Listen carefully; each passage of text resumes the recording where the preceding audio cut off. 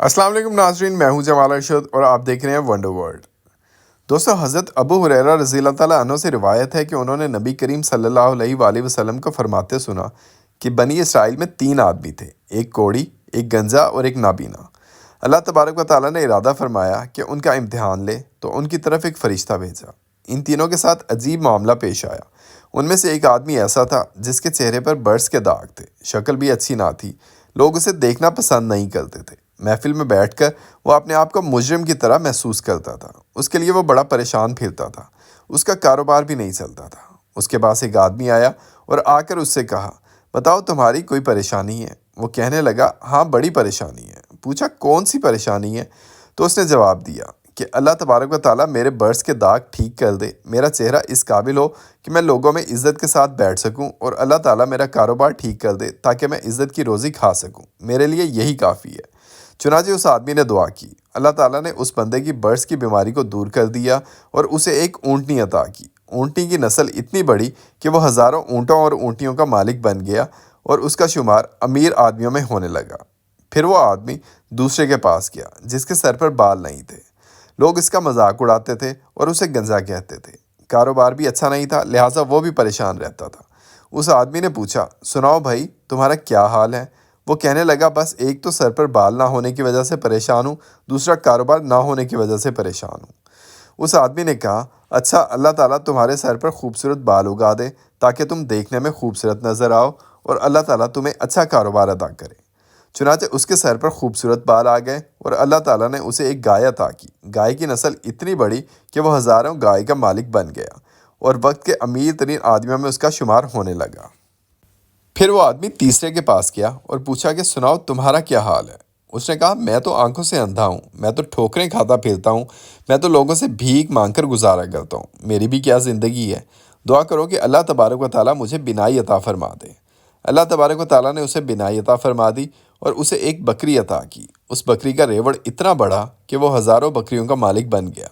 اس کا شمار بھی امیر کمیر آدمیوں میں ہونے لگا۔ کئی سال ان نعمتوں میں گزر گئے، لوگوں میں بڑے چرچے تھے، بڑی عزتیں تھیں کہ فلاں تو چودھری صاحب ہیں، فلاں تو نواب صاحب ہیں۔ ان کا رہن سہن امیرانہ بن گیا، بڑے نوکر چاکر ہو گئے، دنیا کے مکان اور محل بنا لیے، بڑی عزتوں کے ساتھ زندگی گزارنے لگے اور وقت کے ساتھ ساتھ غفلت کا شکار بھی ہو گئے۔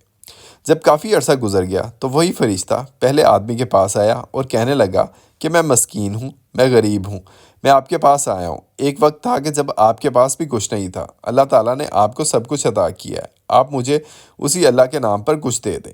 یہ سن کر اس آدمی کو بڑا غصہ آیا اور کہنے لگا کہ تم نے یہ کیوں کہا کہ ایک وقت تھا جب میرے پاس کچھ نہیں تھا؟ میرا دادا امیر، میرا باپ امیر اور میں خود امیر۔ میں نے بچپن میں فلاں جگہ زندگی گزاری، میں تو سونے کا چمچ منہ میں لے کر پیدا ہوا تھا، میں نے تو بچپن سے ہی دولت دیکھی تھی۔ ارے میں تو خاندانی امیر ہوں، تم کیسی باتیں کرتے ہو؟ تم نے لوگوں کے سامنے یہ بات کر کے میری بے عزتی کر دی۔ اس نے کہا، اچھا پھر جیسے تم پہلے تھے اللہ تعالیٰ تمہیں ویسا ہی کر دے۔ یہ کہہ کر وہ آدمی چلا گیا۔ مشیت خداوندی سے پھر وہ برس کے مرض میں مبتلا ہو گیا اور ایسی بیماری پھیلی کہ ساری کی ساری اونٹنیاں مر گئیں، جائیدادیں بھی ختم ہو گئیں اور وہ دوبارہ اپنی پہلی حالت میں آ گیا۔ پھر وہ آدمی دوسرے کے پاس گیا اور اس سے کہا کہ میں بڑا غریب اور محتاج ہوں، مجھے اللہ کے نام پر کچھ دے دو، اسی اللہ کے نام پر جس نے آپ کو سب کچھ دیا، حالانکہ آپ کے پاس تو اپنا کچھ بھی نہیں تھا۔ تم نے یہ کیسی بات کی؟ میں بڑا عقل مند آدمی ہوں، دنیا مجھے بڑا بزنس مین کہتی ہے، دنیا میرے فیصلے تسلیم کرتی ہے۔ میں نے فلاں کاروبار کیا، ایسا سودا کیا، مجھے اتنی بچت ہوئی، فلاں سودا کیا، مجھے اتنی بچت ہوئی۔ محنت سے کمایا ہے، بغیر محنت کے کچھ نہیں ملتا۔ تم ویسے ہی چل کر آ گئے، بھوکے ننگے بن کر، تمہیں کیسے مل سکتا ہے؟ ہم نے محنت کر کے کمائی کی ہے، کوئی آسمان سے ویسے نہیں گر گیا، ہم نے دن رات اس کے پیچھے محنت کی ہے، تب ہمیں یہ ملا ہے۔ جب اس نے اس قسم کی باتیں کی تو وہ آدمی اسے کہنے لگا، اچھا تم جیسے پہلے تھے اللہ تعالیٰ تمہیں پھر ویسا ہی کر دے۔ اس کی سب گائیں مر گئیں۔ جب اس نے بددعا دی تو اس کی جائیداد کا نقصان ہوا اور وہ ہاتھوں سے نکل گئی، اس کے سر کے بال بھی گر گئے اور وہ دوبارہ اسی حالت میں آ گیا جس میں پہلا تھا۔ پھر وہ تیسرے آدمی کے پاس گیا اور اسے جا کر کہا کہ میاں میں محتاج ہوں، میں غریب ہوں، مجھے کچھ دے دو، اسی اللہ کے نام پر جس نے آپ کو سب کچھ دیا، حالانکہ آپ کے پاس تو کچھ بھی نہیں تھا۔ جیسے ہی اس نے یہ بات کی، اس آدمی پر عجیب سی کیفیت طاری ہوئی، آنکھوں سے آنسو آنے لگے اور وہ کہنے لگا، بھائی تم بالکل ٹھیک کہتے ہو، میں تو اندھا تھا، میں تو لوگوں کے سامنے ہاتھ پھیلاتا تھا، میں تو در بدر کی ٹھوکریں کھاتا پھرتا تھا، میری دنیا ویران تھی، میں بھیک مانگتا تھا، لوگوں کے سامنے کشکول پکڑ کر جایا کرتا تھا۔ ایک دفعہ کوئی خدا کا بندہ آیا، اس نے دعا کر دی، میرے رب نے مجھے آنکھوں کی بینائی عطا کر دی اور ایک بکری ایسی دی جو اتنی برکت والی تھی۔ آج دیکھو دونوں پہاڑوں کے درمیان جتنا ریوڑ نظر آتا ہے، یہ سب میرے مولا کا کرم ہے، یہ سب میرے مولا کی دین ہے۔ میرے پاس اتنا کچھ نہیں تھا، سب کسی کی دعا لگ گئی ہے۔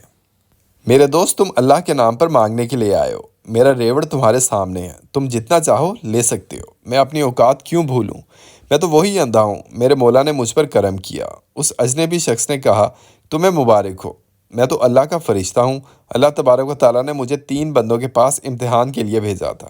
2 بندے اپنی اوقات کو بھول گئے اور ان سے پروردگار نے نعمتوں کو واپس لے لیا، مگر تم نے اپنی اوقات کو یاد رکھا۔ جا، اللہ تیری عزت اور مال میں اضافہ فرمائے۔ چنانچہ یہ آدمی بنی اسرائیل کے بڑے باعزت مالداروں میں سے بن گیا۔ دوستو، آج کے لیے اتنا ہی۔ امید ہے کہ آپ کو ہماری یہ دلچسپ اور معلوماتی ویڈیو بہت پسند آئی ہوگی۔ مزید دلچسپ اور معلوماتی ویڈیوز دیکھنے کے لیے سبسکرائب کریں ہمارے یوٹیوب چینل ونڈر ورلڈ کو۔ ملتے ہیں اگلی ویڈیوز میں بہت سی نئی اور دلچسپ معلومات کے ساتھ۔ اللہ نگہبان۔